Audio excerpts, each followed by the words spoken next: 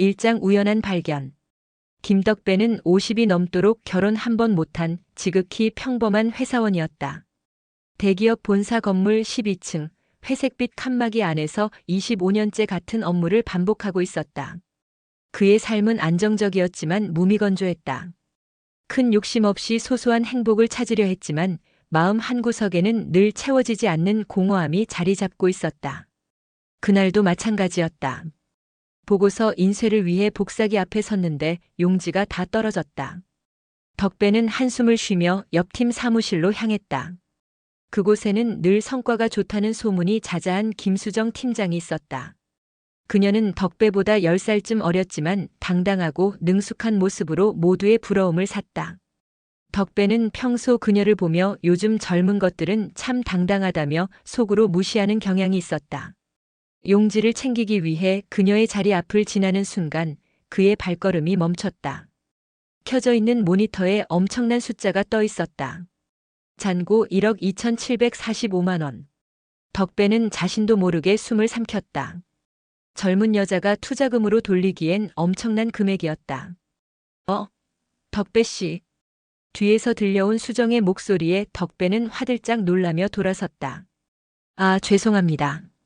복사 용지가. 괜찮아요. 이거 보셨구나. 수정은 의미심장한 미소를 지으며 말했다. 커피 한 잔 하실래요? 이장 수정의 과거. 회사 앞 카페로 향하는 길에 수정의 머릿속에는 어린 시절 기억이 스쳤다. 수정아, 오늘도 밥 굶었지? 엄마 아빠는 또 어디 갔니? 친척 집에서 들었던 그 말들. 부모님은 빚에 쫓겨 도망 다니셨고 어린 수정은 친척 집을 전전하며 눈칫밥을 먹었다. 그때부터 그녀는 알았다.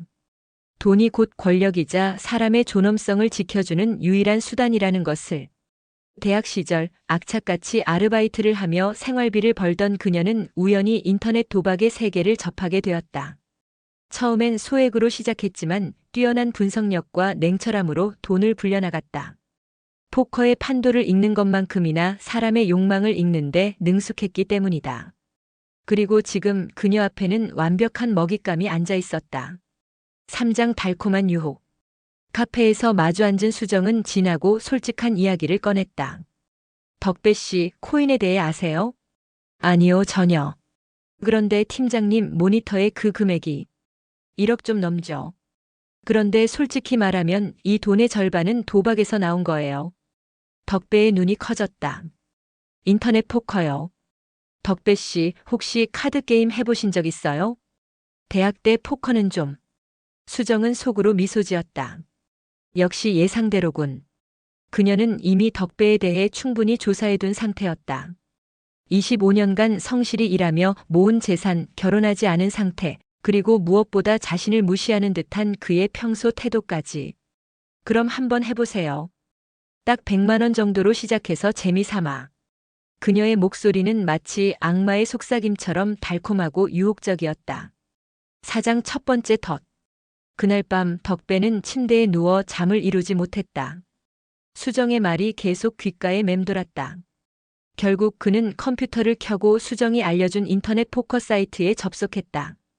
100만 원을 입금한 덕배는 처음엔 조심스럽게 1만 원씩 베팅했지만 신기하게도 그의 패가 연이어 좋게 나왔다. 베팅 금액을 늘려가며 새벽 3시가 되었을 때 잔고 601만 원. 6배. 정말 6배가 됐네. 다음 날 오전 덕배는 600만 원을 모두 출금하고 수정에게 달려갔다. 팀장님, 정말 감사합니다. 수정의 눈에는 번개 같은 것이 번쩍였다. 6천만 원이 보이는군. 그녀는 덕배의 전 재산이 6억 원 정도라는 것을 이미 파악하고 있었다. 인사팀 친구를 통해 얻은 정보였다. 축하해요. 덕배 씨, 이제 코인에 관심 있으세요? 포커는 시작에 불과해요. 5장 완벽한 계획. 수정은 속으로 만족스럽게 미소 지었다. 사실 덕배의 포커 승리도 그녀가 조작한 것이었다. 그녀가 부업으로 하고 있는 일은 단순히 사람들을 코인 투자로 끌어들이는 것만이 아니었다. 코인 시장이 활성화되면서 그녀는 더 큰 판에 뛰어들었다. 도박으로 돈을 번 사람들이 코인으로 돈을 옮기는 과정을 보며 그들의 욕망을 이용한 새로운 사업 모델을 구상한 것이다. 코인 시장의 세력들과 손을 잡고 일반 투자자들을 유인하는 역할을 맡았다. 전 재산을 투자해 볼까요? 덕배가 말했다. 6억이에요. 드디어 걸렸군. 수정은 걱정스러운 표정을 연기했다. 덕배 씨, 그건 너무 위험해요. 아니에요. 팀장님을 믿어요. 그날 저녁 덕배는 6억 원 전액을 코인 거래소로 송금했다. 6장 아놀드 AI의 함정. 어떤 코인을 사야 할까요? 수정은 잠시 망설이는 척했다. 사실 아놀드 AI는 그녀가 속한 세력이 가격 조작을 위해 만든 코인이었다. 아놀드 AI라고 있어요. 지금 13원인데 곧 130원까지 갈 거예요. 정말요? 네, 확신해요. 하지만 꼭 130원까지 기다려야 해요. 절대 중간에 팔면 안 돼요.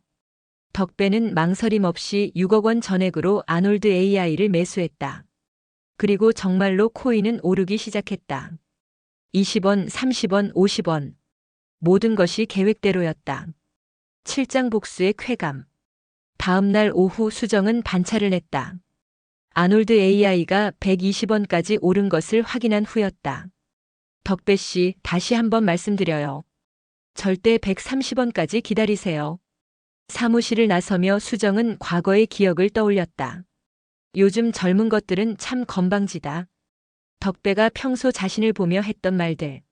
나이가 많다고 선배라고 은근히 무시하던 그 태도들. 그녀에게 덕배는 그저 많은 먹잇감 중 하나가 아니었다. 과거 자신을 무시했던 모든 사람들에 대한 복수였다. 25년간 착실히 모은 6억 원이라. 재미있겠군. 그녀는 잔인한 미소를 지으며 휴대폰을 꺼냈다. 동업자에게 메시지를 보냈다. 내일 새벽 6시에 시작하세요. 8장 지옥으로의 추락. 새벽 6시 졸음에 못 이긴 덕배는 찬물 샤워를 향한다. 130원까지 오르기를 기대하며 말이다. 개운한 몸으로 돌아온 덕배는 화들짝 놀란다. 뭐야 이게? 그래프가 곤두박질 치고 있었다. 오전 9시까지 상승을 기대했던 가격이 순식간에 무너져 내리기 시작한다. 100원, 80원, 어떻게 해야 하나 이러다 다시 오르려나? 고민도 잠시 대량 물량이 쏟아지며 현재가 0.3원. 6억 원이 150만 원이 되어 있었다. 이게 말이 돼? 꿈인지 생신지 구분이 안 가는 정신에 스스로 따귀를 때려보지만 아프지 않은 게 꿈인 것도 같았다. 그는 급히 수정에게 전화를 걸었지만 연결되지 않았다. 9장 마지막 메시지. 그때 메신저 알림이 울렸다. 김수정 팀장 화이팅. 덕배는 허탈하게 웃었다. 그 순간 모든 퍼즐이 맞춰지기 시작했다. 컴퓨터 화면에 1억 원 잔고도, 포커에서의 6배 수익도, 아놀드 AI의 급등과 급락도. 모든 것이 계획된 것이었다. 한편 수정은 자신의 고급 아파트에서 통장을 확인하고 있었다. 입금 6천만 원. 투자금의 10% 수수료. 하지만 그녀에게 돈은 목적이 아니었다. 타인의 불행을 보며 느끼는 쾌감, 그리고 과거 자신을 무시했던 사람들에게 복수하는 것이 진짜 목적이었다. 그녀는 어린 시절 친척집에서 들었던 그 말들을 떠올렸다. 가난한 집에는 역시 다르네. 이제 그녀가 웃을 차례였다. 덕배에게 보낸 화이팅. 메시지는 그녀의 완벽한 승리 선언이었다. 10장 은둔. 3개월 후 덕배는 집 밖을 나서지 않는 은둔형 외톨이가 되어 있었다. 회사도 그만두고 사람들과의 연락도 모두 끊었다. 방 안은 절망으로 가득했다. 작가에서 월세로 바꾸며 받은 6억 원도 날린 채 제정신일 리 없다. 가끔 그는 수정의 마지막 메시지를 떠올렸다. 화이팅! 그 한마디에 담긴 잔인한 조롱. 25년간 성실히 살아온 자신의 모든 것이 한순간에 무너졌다. 한편 수정은 새로운 먹잇감을 물색하고 있었다. 그녀에게 덕배의 몰락은 그저 하나의 성공 사례일 뿐이었다. 과거에 가난했던 자신과는 완전히 다른 삶을 살고 있다고 확신하며 그녀는 또 다른 복수를 계획하고 있었다. 돈은 목적이 아니었다. 자신을 무시했던 모든 사람들이 절망에 빠지는 모습을 보는 것. 그것이 그녀가 진정으로 원하는 것이었다. 창밖을 바라보며 수정은 차가운 미소를 지었다. 세상에는 아직도 덫에 걸리지 않은 먹잇감들이 많았다. 그리고 그들 모두에게 그녀는 마지막에 같은 메시지를 보낼 것이다. 화이팅!